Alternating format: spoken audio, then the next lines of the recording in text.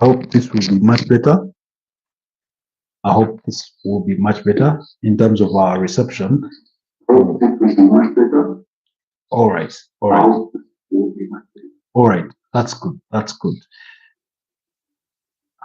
I mean, these things happen. That's why I keep telling you every time I get on here, I have to test our audios and make sure everything does check out, because there's oftentimes a thin line between, proceeding without an audio and then thinking that you are loud and clear to the rest of the world, yet in actual sense you're not.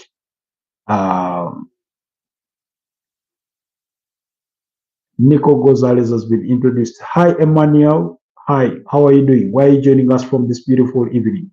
And what game are you following up on, if any, in particular?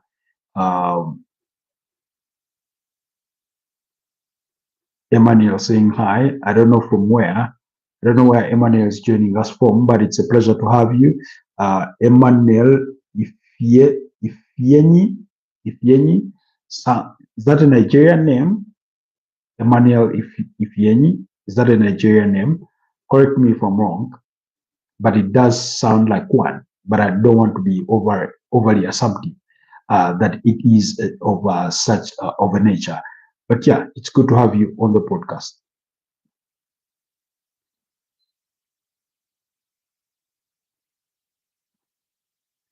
Manchester City are turning up the heat. Nico Gonzalez has been introduced on here to see if they can even better their 1-0 advantage at the moment against Napoli as we speak.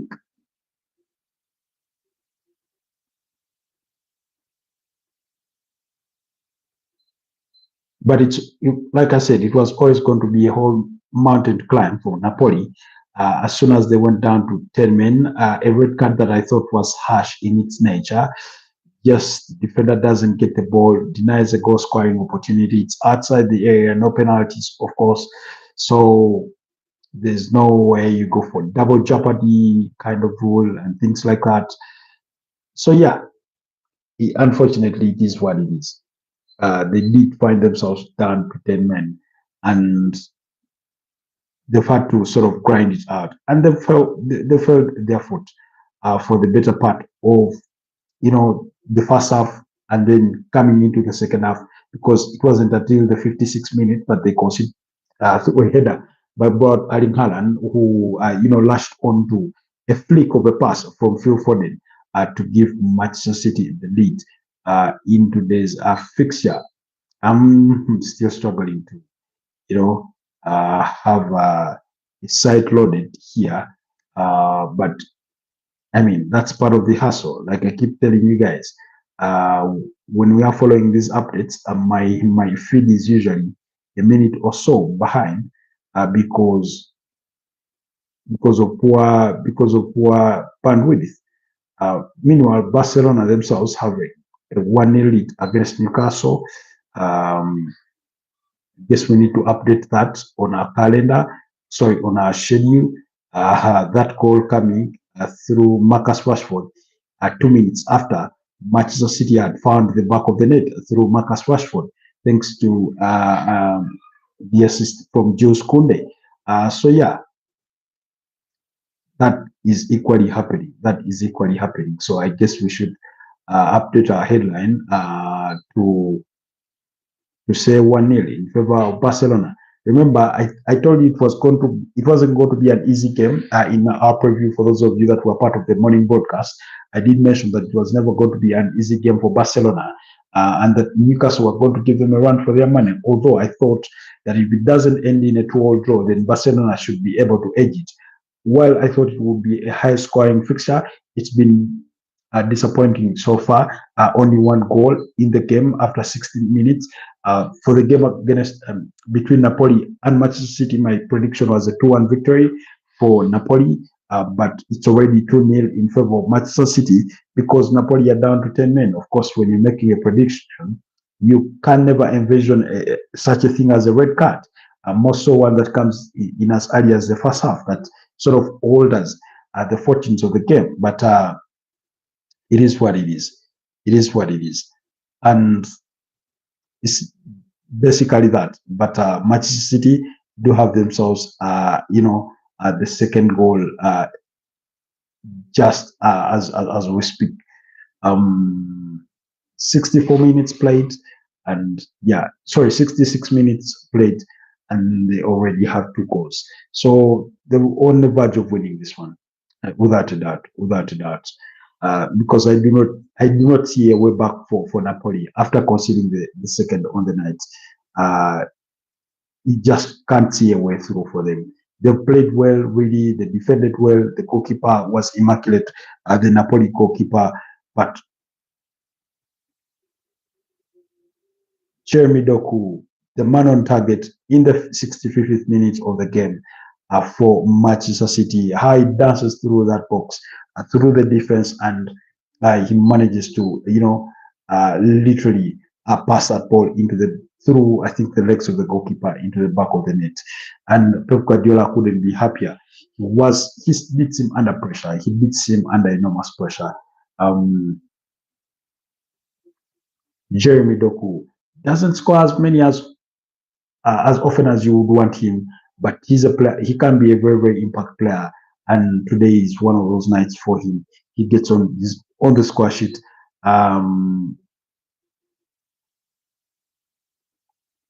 Wow.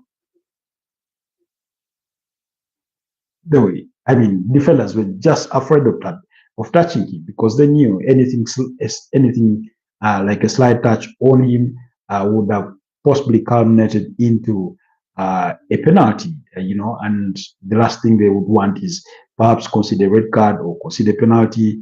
And yet, I mean, it's a 2-0 advantage now for Manchester City, and it is what it is, basically. It is what it is. There's no two ways about it. It's a well-deserved 2-0 lead. It's a well-deserved 2-0 lead, given that they are up against the 10-man Italian champions. So Pep Guardiola will be happy going into the weekend for the fixture against Arsenal. I remember they do play Arsenal on Super Sunday at the Emirates Stadium, and even though tonight is already Thursday, which puts them literally a day or two behind Arsenal, because Arsenal played on Tuesday and beat up against Bilbao by 2-0. So,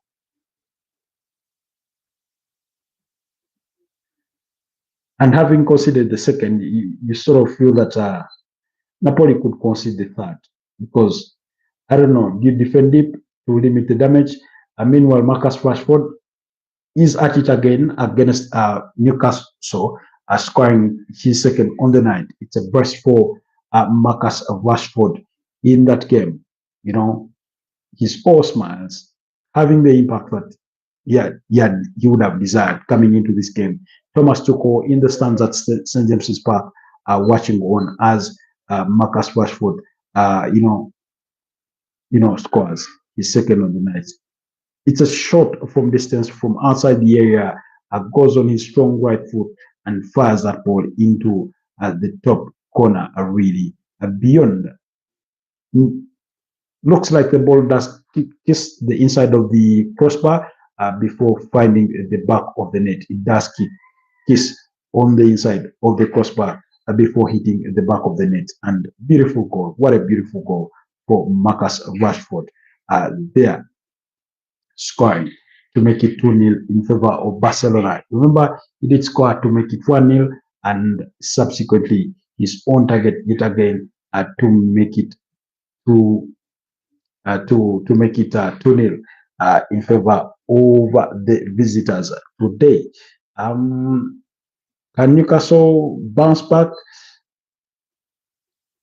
Their second half performances haven't showed those kinds of signs.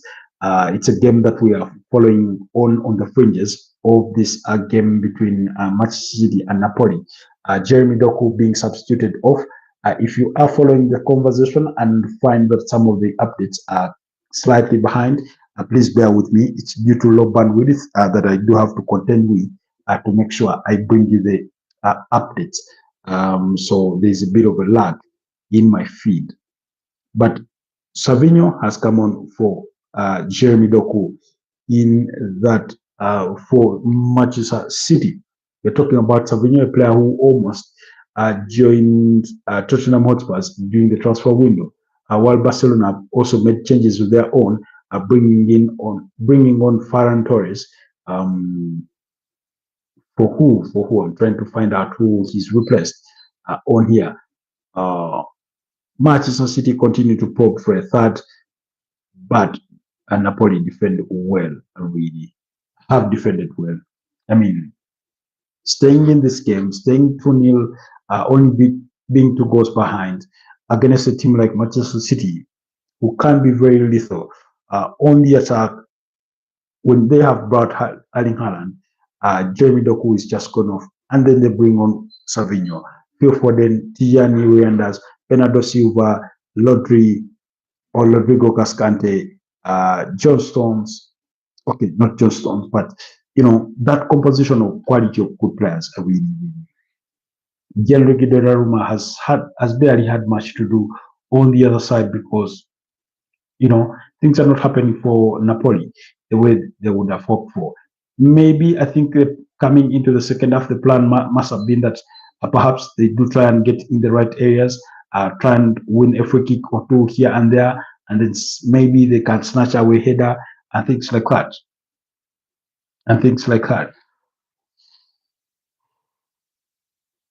Excuse me. But unfortunately for them, it's not happened that way.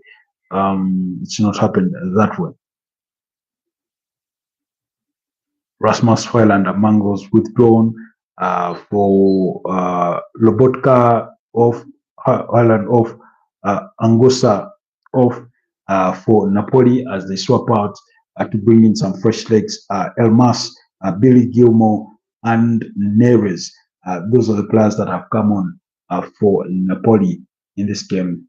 We are, meanwhile, on the other side, watching those highlights for Marcus Rashford's second goal. What a beautiful strike. From distance, the more you watch it, the sweeter it looks, the better it does look. Really, very, very impressive shot.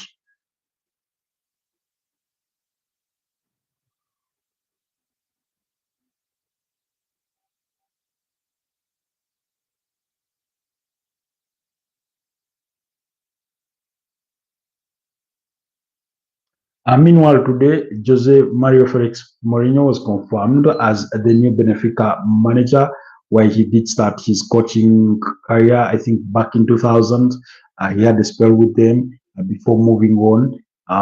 So, back to where the story started, and let's see if he can win them a major title. Rafinha having an attempt on goal right inside the 18 yards box, but it goes wide of the mark.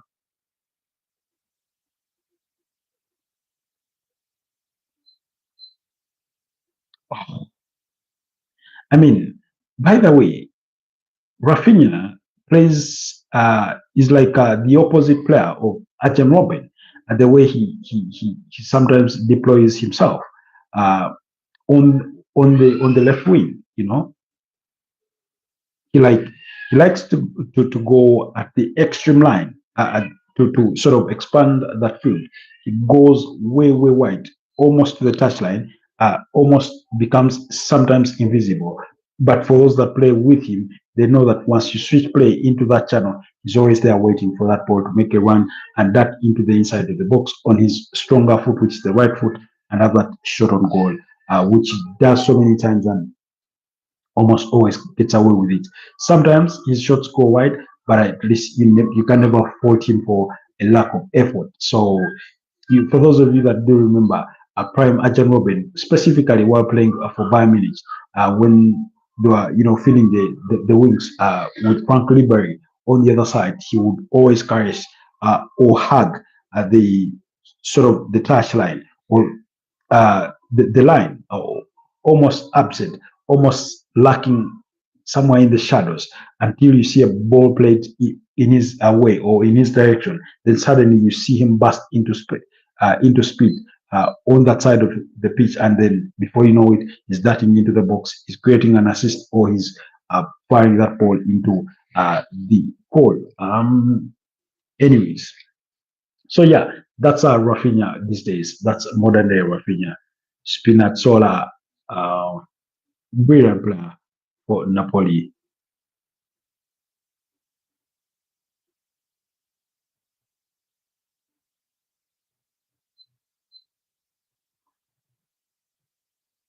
Oh, Bruno Guimaraes with an attempt of his own against Joan Garcia in the Barcelona goal on his weaker foot, the left foot, managed to force a save out of him. Managed to force a save out of Joan Garcia.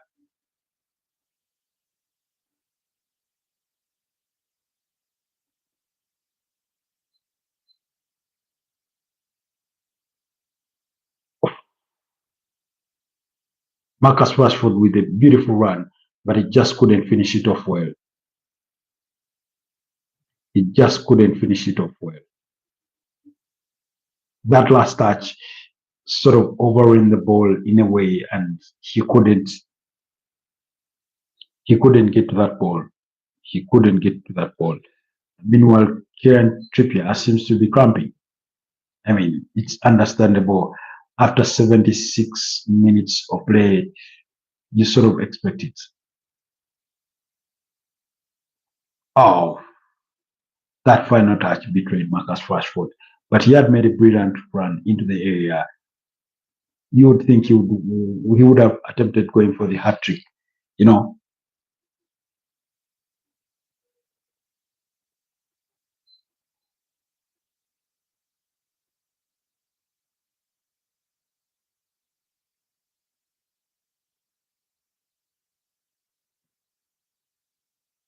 Kieran Trippier seems to have been withdrawn for Steven Botman.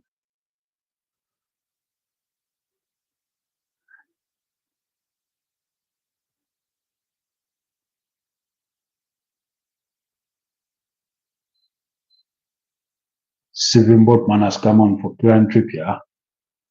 Do Newcastle revert to back three? Let's see. But Joey Locke is among those players that were brought on for this Newcastle side in that midfield. But like I said during the course of the summer, once they lost Alexander Isak, they stood or they lost half of the attacking sort of threat in Alexander Isak. I take nothing away from Nick Voltmada, but although he scored against Wolverhampton Wanderers on the weekend, it will take him a little bit of time to have a full grasp of this, a kind of football.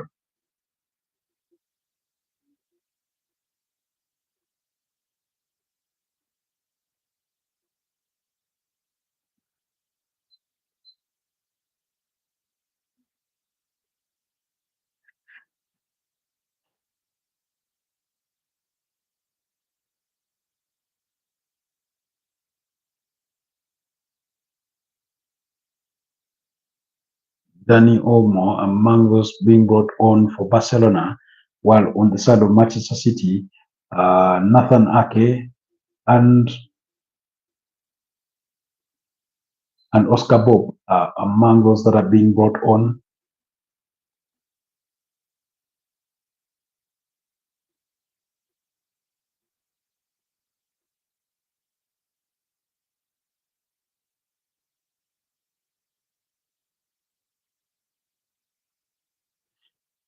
I feel there's some more goals to come. Some more goals to come. Beautiful save from Joan Garcia. Joe Willock attempting to cross that ball in the area to try and find Nick Voltmada.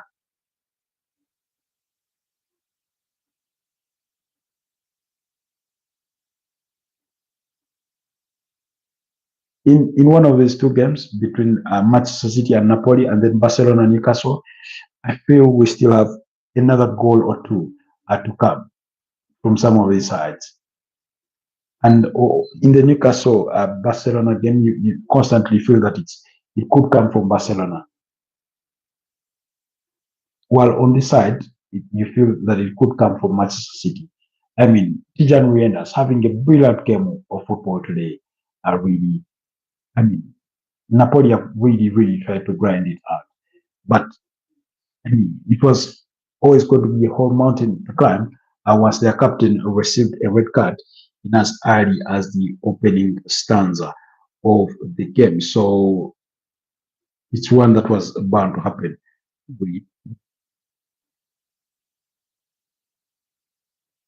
It's one that was always bound to happen.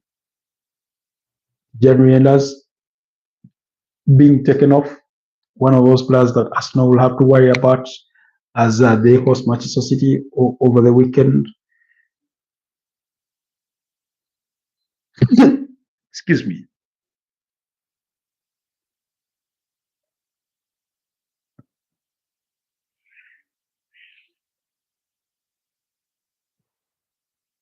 Wow. That proud Erling Haaland goal. Beautiful goal. Beautiful strike. Quickest player to reach 50 goals in the UEFA Champions League. He has covered the all Jan Reinders and brought Erling Haaland all taken off in place of Rico Ruiz, Oscar Bob, and Nathan Aki. Uh-oh. Ferran Torres trying to claim a penalty in the game against Newcastle. The referee waved all those concerns, all those calls for penalty.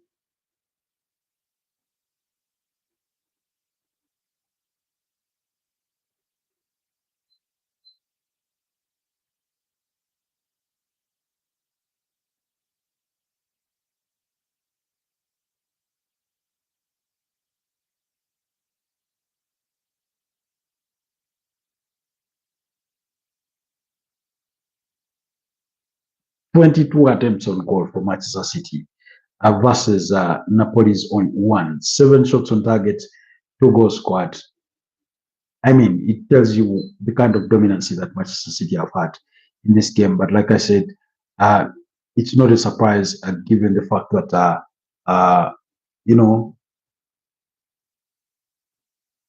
given that Manchester City, given that Napoli were given a red card. So in as early as the first half, through their captain did get a red card. So Di Lorenzo, that was the man given a book with the red card. So it's only understandable, really, that Manchester City continue with the dominance. In the earlier fixtures, Club Brugge of Praga beat up against Monaco by 4 goals to 1, while Copenhagen and Bayer Leverkusen shared the spoils in a 2-2 draw. Sporting CP or Sporting Lisbon are leading Kairati by 4 goals to 0 in the other games, while Eintracht Frankfurt are busy beating up against Galatasaray and leading that game by 5 goals to 1. I mean, what a thumping they are getting really in that game. So those are some of the other results in the other fixtures that are ongoing as we speak in the UEFA Champions League. Sabino, did you need to data again that side?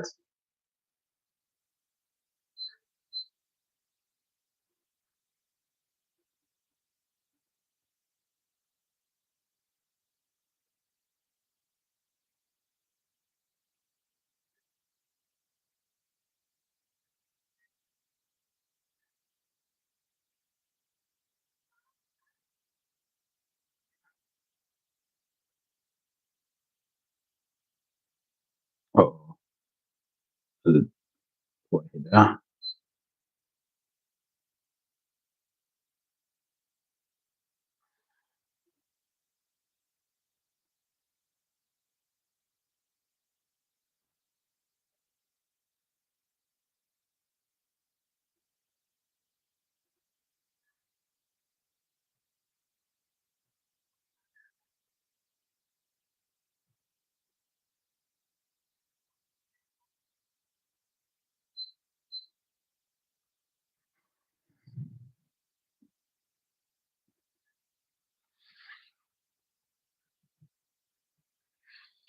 Like I told you earlier, Jose Mourinho was appointed a new manager of Benfica. He has a date or dates with some of his former bosses in Real Madrid and Chelsea in the UEFA Champions League.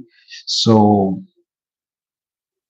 there's that to keep an eye on. But Super Sunday of the Premier League, Arsenal, Manchester City, big game that will be coming over the weekend.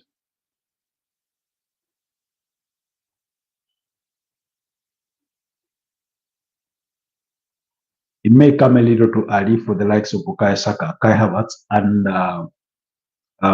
of course Gabriel Jesus, Ben White.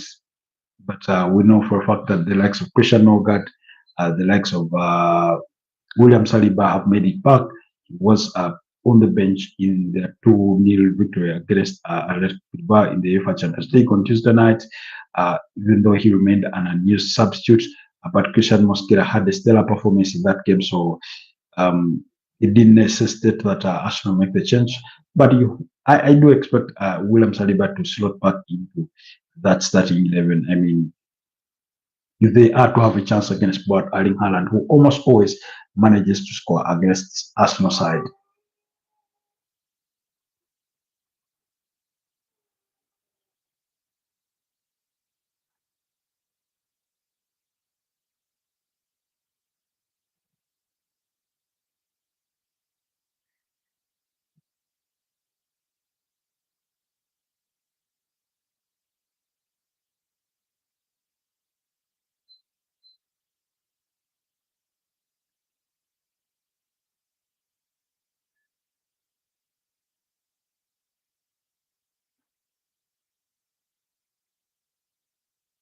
Manchester City still trying to walk that ball into the back of the net. That's the only thing costing them.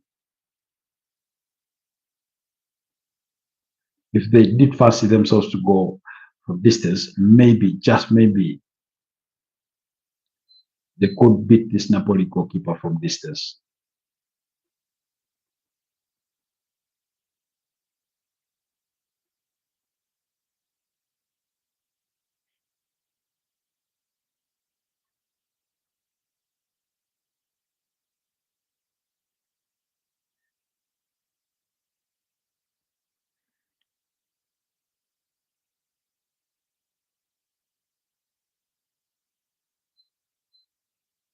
Guys, if you did not follow the events from the EFL Cup yesterday at the third round, go watch that winning goal for Swansea against Nottingham Forest. What a sumptuous strike that was.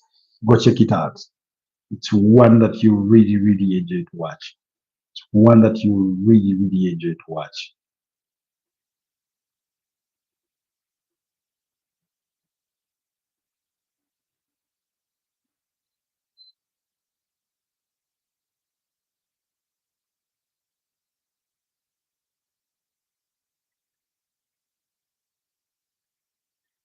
Kevin De Bruyne has not had the sort of return to the Etihad Stadium that he had hoped for because once Di Lorenzo, their captain, received a red card, it was him that was sacrificed to pave way for an extra man in sort of their defensive positions to try and be a little more solid.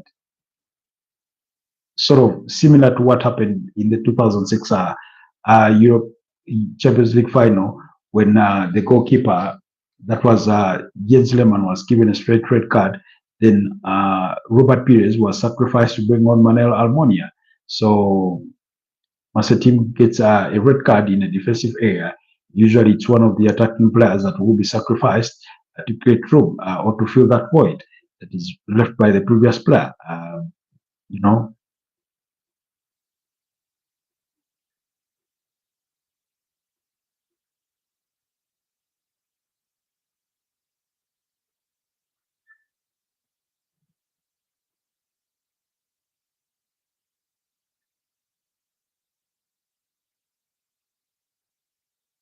Napoli really plays some really good football.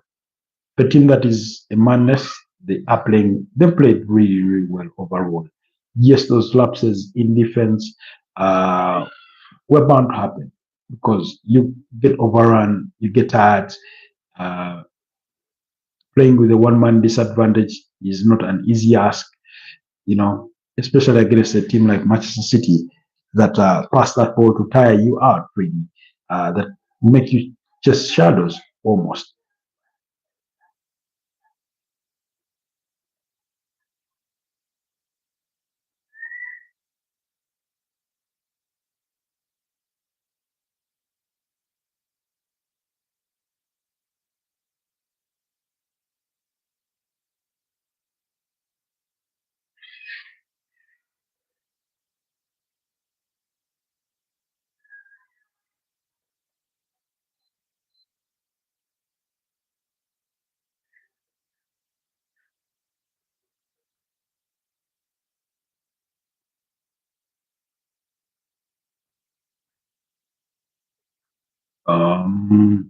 Okay,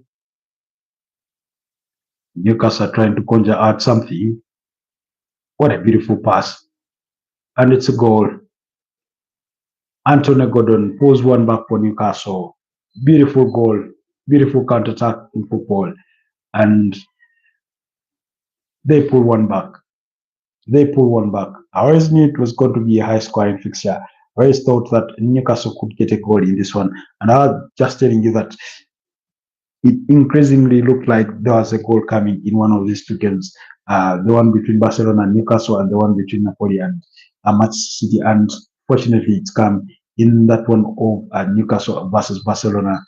Jacob Murphy playing in that pass, really down from the wings to cross it for Anthony Gordon, who wants to it to pull one back for Newcastle.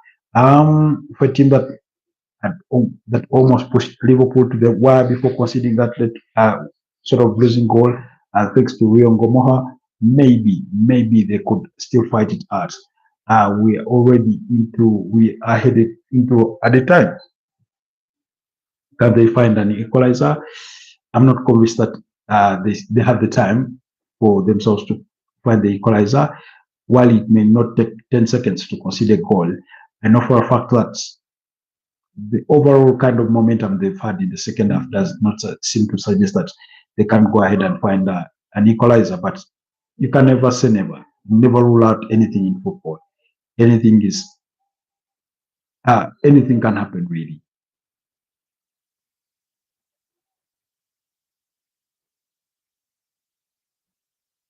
Oh,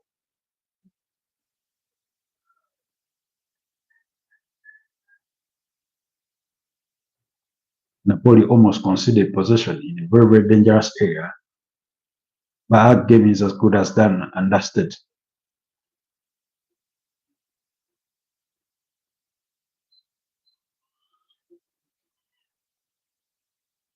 That game good as done and dusted. Manchester City win it by 2 goals to nil on the night. But Erling Haaland and uh, Jeremy Doku, the goal scorers for Manchester City, as they beat up against a 10-man Napoli who lost Giovanni Di Lorenzo. That's the captain who received the red card for a foul, what was regarded as a last man foul against Boat Erling Haaland, hence denying him a goal scoring opportunity and things like that. So, yeah.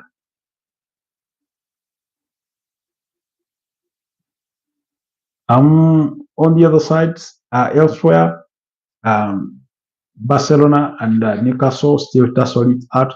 We're into the 95th minute of the game, with Barcelona leading by 2 goals to 1. Sporting CP, that game has finished. Sporting Lisbon winning by 4 goals to 1 against Kairati Almaty, while the game between Eintracht Frankfurt and Galatasaray continues, but on the verge of conclusion, with Eintracht Frankfurt leading by 5 goals to 1 on the night.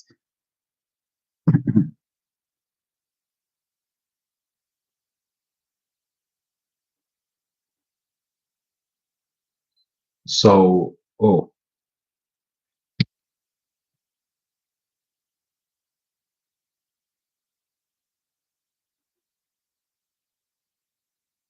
anyways, that's all the action coming your way from the UEFA Champions League.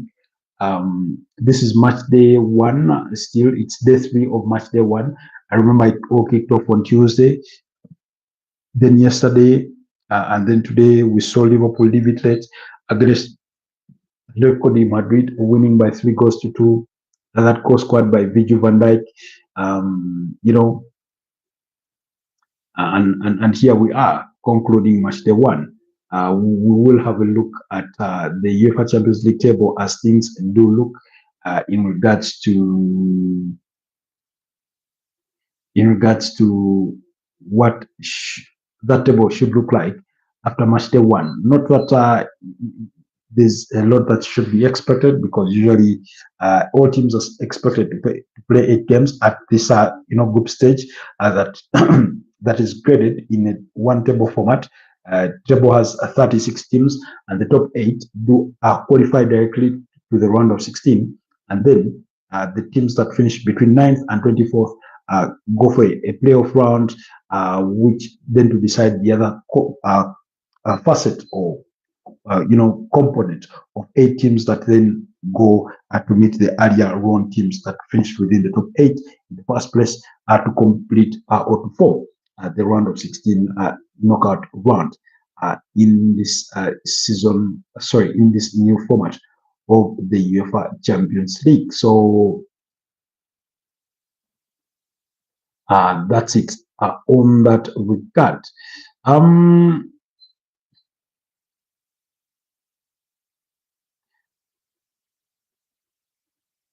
Oh, wow. Nick Pope just forced into a brilliant save as Barcelona sought to restore the two-goal cushion, their two-goal cushion, into this game.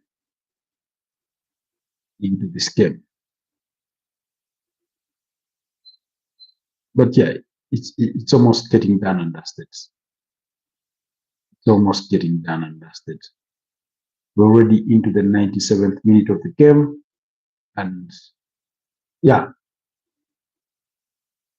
sooner rather than later, the referee should be calling it to an end to decide that Barcelona have won it by 2 goals to 1.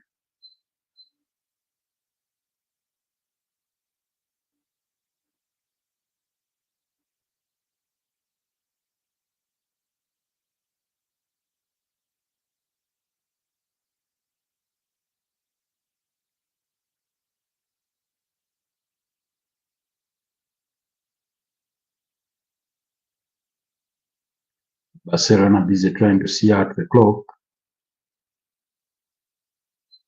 The referee is yet to blow his final whistle.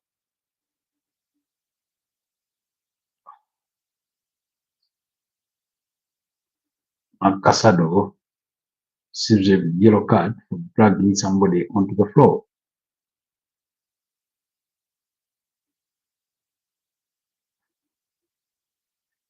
It's been a nail-biting kind of finish or climax to that game, but it's finally finished 2-1 in favor of Barcelona.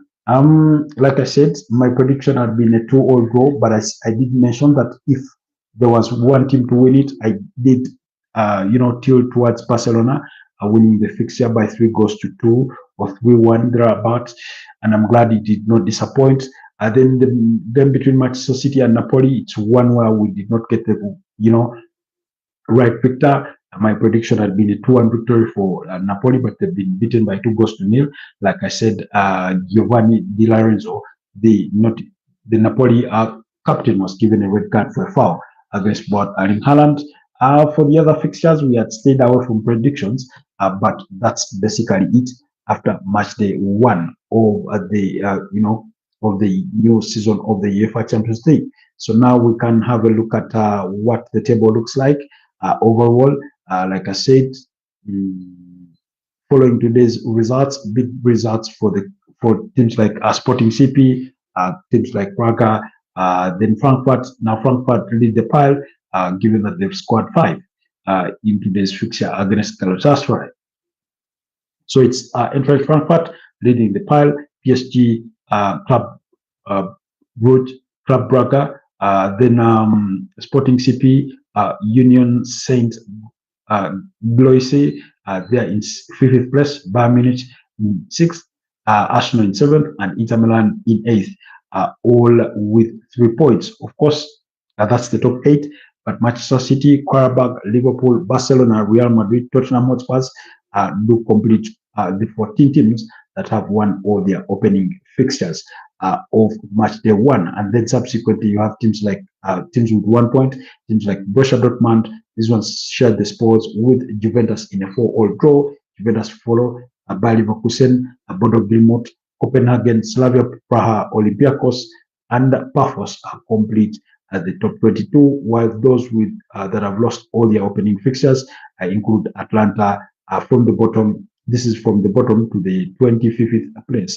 It's Atlanta, Galatasaray, Monaco, Kairati, Napoli, Athletic Bilbao, Ajax, PSV, Chelsea, Villarreal, Newcastle, and Olympique de Marseille.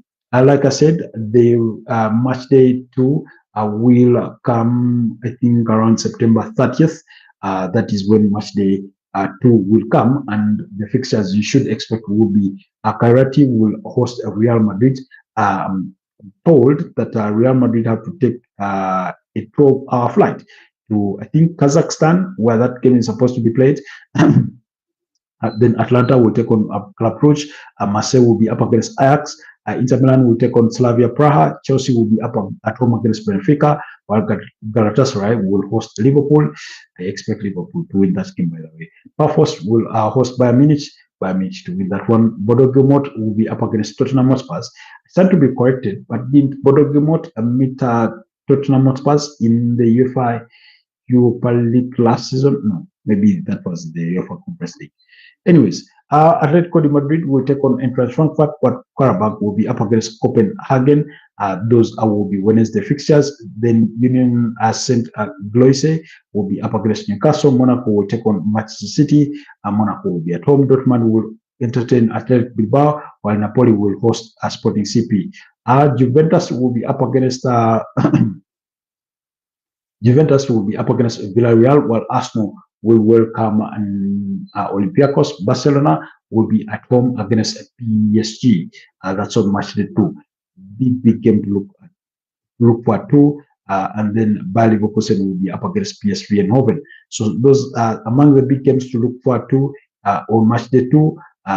Definitely doesn't get any bigger than between Barcelona and Paris Saint-Germain. Remember last season, these were semi-finalists, with PSG knocking out Arsenal, while Barcelona were knocked out by Inter Milan to set up a PSG Inter Milan kind of final, as PSG cruised to their first UEFA Champions League title. But those were the results from today. Like I said, just a reminder of the results. Olympiacos shared the spoils with Pafos in a goalless draw, while Slavia Praha shared the spoils with Bodo Glimt in a 2-all draw. Oh, sorry, that's from Wednesday. Sorry, that's from Wednesday. Club Brugge beat up against Monaco by 4-1. Copenhagen and Bayer Leverkusen engaged themselves in a 2-all draw.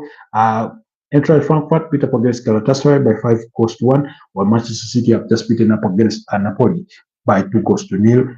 Newcastle are being beaten by Barcelona by 2-1, while Sporting CP put 4 past Kairati Almaty there. In terms of my thoughts against this Manchester City side, I think they were really brilliant.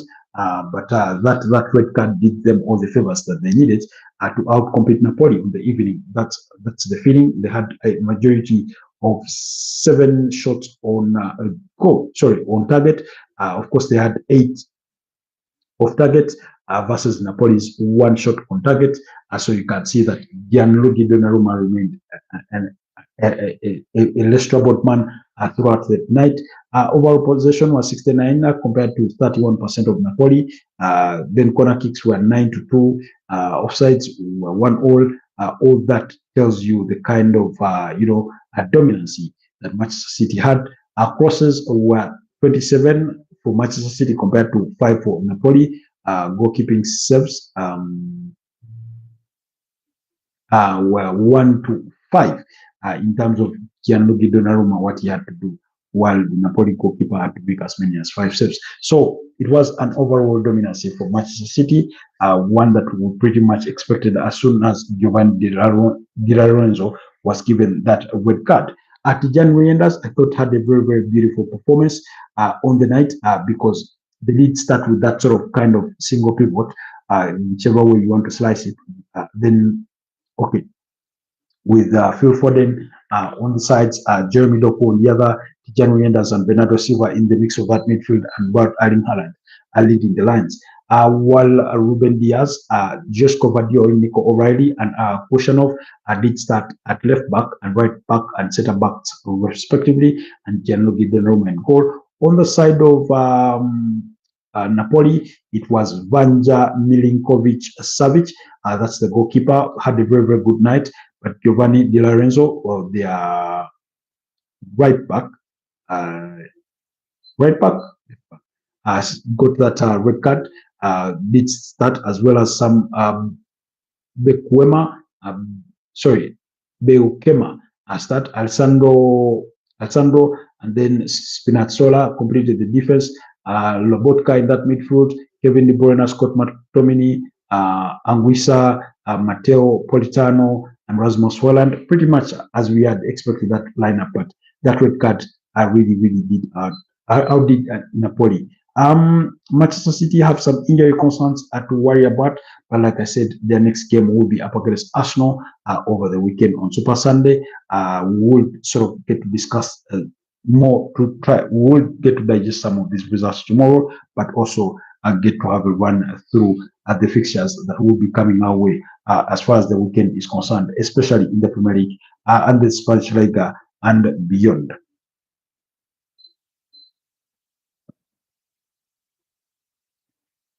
The Newcastle versus Barcelona, I thought Marcus Rashford had a beautiful game. It was a best for him to complete the night. A beautiful return to the UK.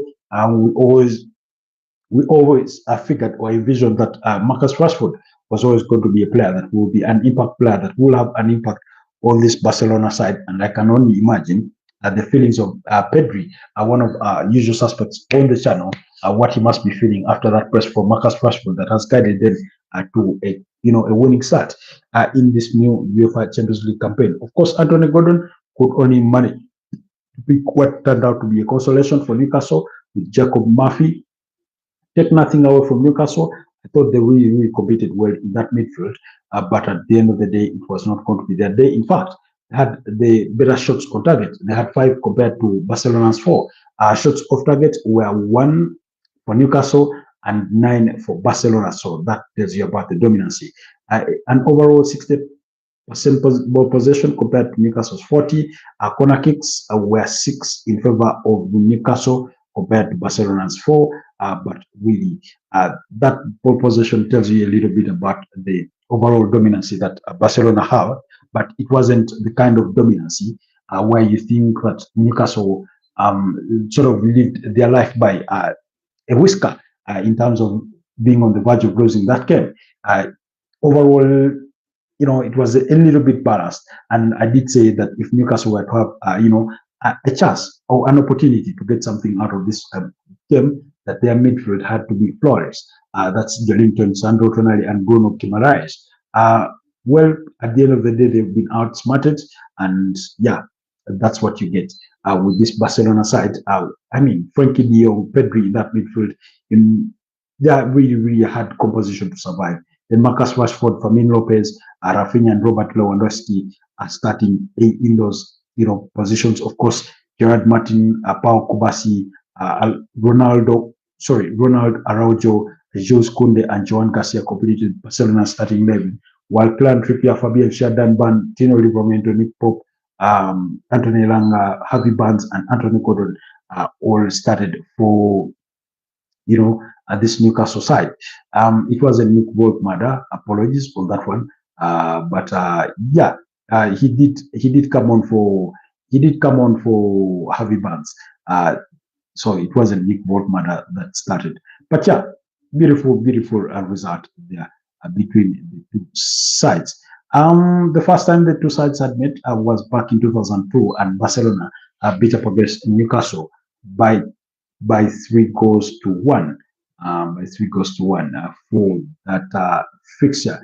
Anyways, so that's the result. That's the result. Thank you so much, Emmanuel, Ifeni, and every single one of you that has been part of tonight's podcast. I do not want to drag this on any further. Allow me to wish you a wonderful rest of the night. Stay blessed, and I'll see you guys tomorrow morning. Bye bye for now.